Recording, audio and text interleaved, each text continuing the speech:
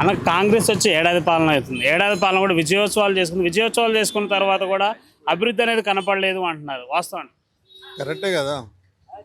వాళ్ళు విజయోత్సవాలు చేసుకున్నారు కదా, ఎందుకు చేసుకున్నారో తెలుసా మీకు? వాళ్ళు ఏదైతే హామీలు ఇచ్చిరో అవి నెరవేర్చలేరు కాబట్టి విజయోత్సవాలు చేసుకున్నారు. చెయ్యరు కూడా వాళ్ళు, వాళ్ళతో కాదు, ఫెయిల్ అయిపోయారు వాళ్ళు.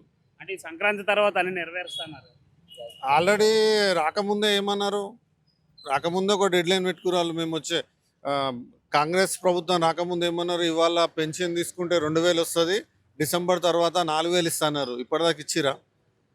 ఇచ్చే ప్రసక్తి కూడా కనిపిస్తలేదు. ఇప్పుడు సంక్రాంతి అడ్డమా వాళ్ళకి? సంక్రాంతి తర్వాత ఇంకో పండుగ వస్తుంది, దాని అంటారు, దాని తర్వాత ఇంకొకటి అంటారు. చేసేటోనికి ఏది అడ్డం ఉండదు, పని చేసుకుంటూ పోవాలి. వాళ్ళు చేసే ఉద్దేశం లేదు వాళ్ళకి. అంటే 6 గ్యారెంటీలు అమలు చేస్తాం అంటున్నారు. అమలు చేసిన కూడా చెప్పుకుంటున్నారు కదా.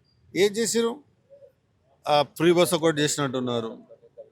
దాని తప్ప నాకైతే తెలిసి ఏది చేయలేరు. ఇంకా అంటే ఉచిత చేస్తారు. కరెంటు గ్యాస్ ఇస్తున్నారు కదా. ఉచిత కరెంట్ ఎవరికి ఇస్తున్నారు? మీరు కేసీఆర్ సార్ డబుల్ బెడ్రూమ్ ఇచ్చిండు, ఐడియా ఉందా? డబుల్ బెడ్రూమ్లో ఇచ్చిన వాళ్ళకు కూడా ఫ్రీ కరెంట్ లేదు. అక్కడ కూడా వాటర్ బిల్ తీసుకుంటున్నారు, కరెంటు బిల్ వస్తుంది, అన్నీ తీసుకుంటారు. ఇంకెక్కడ వీళ్ళు ఫ్రీ కరెంట్ ఇచ్చారు చెప్పండి మీరు? అంటే గత ప్రభుత్వం బాగున్నారు, ఇప్పుడు బాగుందండి. గత ప్రభుత్వమే బాగుంది, మళ్ళీ గత ప్రభుత్వం ఎప్పుడు వస్తుందా అని వెయిట్ చేస్తారు జనాలు. అంటే గత ప్రభుత్వం ఇప్పుడు లక్షల కోట్ల అప్పులు చేసి మిగిలిచిపోయింది రాష్ట్రానికి అంటున్నారు. వీళ్ళు దానికంటే ఎక్కువ చేస్తున్నారు కదా. వాళ్ళు 10 ఏళ్ళలో చేసింది, వీళ్ళు ఒక్క సంవత్సరంలోనే 1,30,30 కోట్లు ఏదో చేసినా అని అంటున్నారు. అంటే వాళ్ళు చేసిన దానికంటే వీళ్ళు ఎక్కువ చేస్తున్నారు కదా. ఇంకా అంటే రానున్న రోజుల్లోనైనా మార్చే పరిస్థితి కనపడితే ఇట్లే ఉంటుంది అంట. ఇట్లనే ఉంటుంది వచ్చి, ఇంకా దీనికంటే ఇంకా అధ్వానం అయ్యే ఛాన్సెసే కనిపిస్తున్నాయి. కానీ బెటర్గా చేస్తారు అని అయితే మాకు కనిపిస్తలేదు.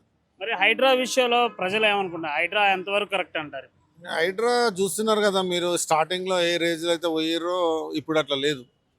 అందులో కూడా కుదించుకుంటూ ఇది చేయం అది చేయం అనుకుంటే అసలు మొత్తం రియల్ ఎస్టేట్ మొత్తం డౌన్ చేసేసారు. ఒక హైడ్రా వల్ల రియల్ ఎస్టేట్ మొత్తం డౌన్ అయిపోయింది. అంటే ఇప్పుడు చాలా వరకు అయితే హామీలు ఇచ్చారు, పెన్షన్స్ పెంచుతూ అన్నారు, మహిళలకు కూడా పెన్షన్స్ ఇస్తూ అని చెప్పారు. అనడానికి ముందంటున్నారు కానీ ఏది చేస్తలేరు కదా. చేసి చూపెట్టాలి. ఊకే ఇది చేస్తాము అది చేస్తాము, టైంలో డెడ్ లైన్లు పెట్టుకుంటూ పోతున్నారు కానీ వర్క్ ఏం చేస్తలేరు వాళ్ళు. వర్క్ చేస్తే జనాలు యాక్సెప్ట్ చేస్తారు. అంటే మరి గత కొద్ది నెలల క్రితం చూసుకుంటే ఆ వరుస అరెస్టులు అనేది జరగడం జరిగింది. బీఆర్ఎస్ నాయకులని వరుస అరెస్టులు చేశారు కదా, దాని మీద ఏమంటారు? Revenge politics. రేవంత్ రెడ్డి రెడెంట్గా దొరికిండు కాబట్టి, ఆయన దొంగ కాబట్టి అందరినీ దొంగ లెక్క ముద్రించడానికి ఒక ప్రయత్నం. ఈ రేస్ వల్ల మన హైదరాబాద్ బ్రాండు చాలా పెరిగింది. అందులో ఏదో గెలికి ఏదైనా లూపలు దొరుకుతుందేమో అని ఎంత ప్రయత్నం చేస్తున్నారు వాళ్ళు. అయినా కానీ ఇప్పటిదాకా ఎటువంటి నిర్ధారణ జరగదు కూడా. ఆయన ఏంటంటే పబ్లిక్ని మైండ్ డైవర్ట్ చేసి ఏదో వీళ్ళు బీఆర్ఎస్ వాళ్ళు తప్పు చేసిరు అని చెప్పి ఒకటి క్రియేట్ చేయడానికి ఆయన ప్రయత్నం, కానీ అందులో సక్సెస్ అవుతలేడు ఆయన కాడు కూడా.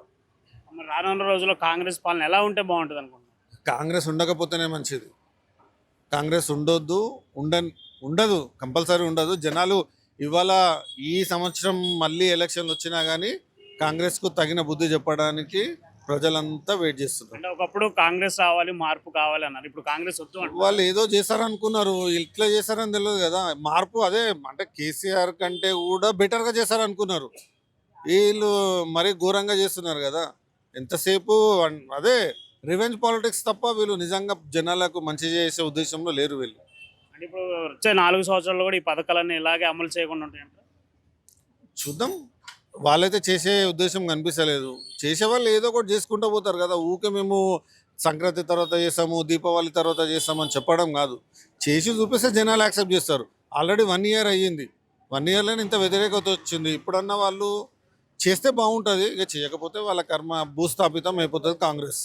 ఇప్పుడు మరి ఖైరతాబాద్ ఎమ్మెల్యే ఏమైనా వర్క్ చేస్తున్నారు మీకు?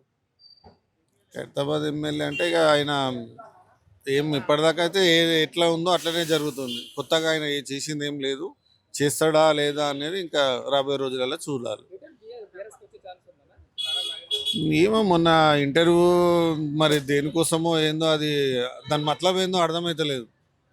ఆయన అంత సీనియర్ లీడరు, ఆయన అట్లా మాట్లాడడం అక్కడ కాంగ్రెస్ వాళ్ళు కూడా కొంచెం కన్ఫ్యూజన్లోనే ఉన్నారు కదా. అరే ఏమైనా ఇట్లా మాట్లాడుతుండు అని. అట్లని బీఆర్ఎస్ మాకు అయితే మళ్ళీ బీఆర్ఎస్ పార్టీలోకి వస్తే తీసుకుంటారా లేదా అన్నది డౌటే. పోయిన 10 మంది ఎమ్మెల్యేలు ఎవరు రారా? వస్తారు 10 మంది ఎమ్మెల్యేలు ఇప్పుడు డిస్క్వాలిఫై అయ్యే ఛాన్సెస్ ఎక్కువ కనిపిస్తున్నాయి. సుప్రీంకోర్టులో కూడా నడుస్తుంది కదా, 4 వారాలు ఏదో గడువు ఉంది.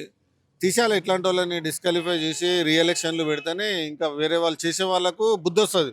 ఒక పార్టీలో గెలిచి ఇంకో పార్టీలకు పోయి ఈ వెన్నుపోటుదారులు అంటారు కదా, ఇవన్నీ మానుకుంటే బాగుంటుంది.